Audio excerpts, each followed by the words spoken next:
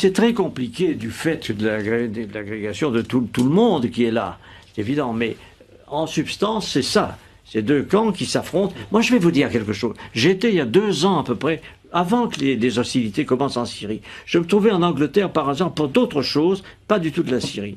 J'ai rencontré des responsables anglais.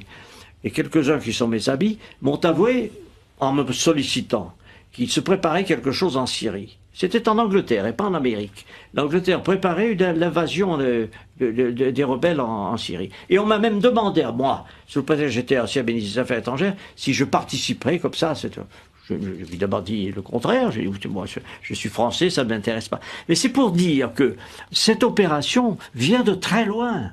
Elle a été préparée, conçue, organisée. Dans quel but Excusez-moi, dans quel but?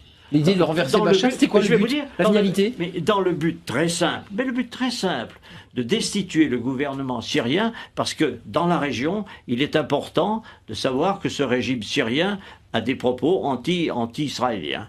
Et que par conséquent, tout ce qui bouge dans la région autour, moi j'ai la confidence du Premier ministre israélien qui remonte très longtemps, qui m'avait dit on essaiera de s'entendre avec le Premier ministre, avec les États autour. Et ceux qui ne s'entendront pas, on les abattra.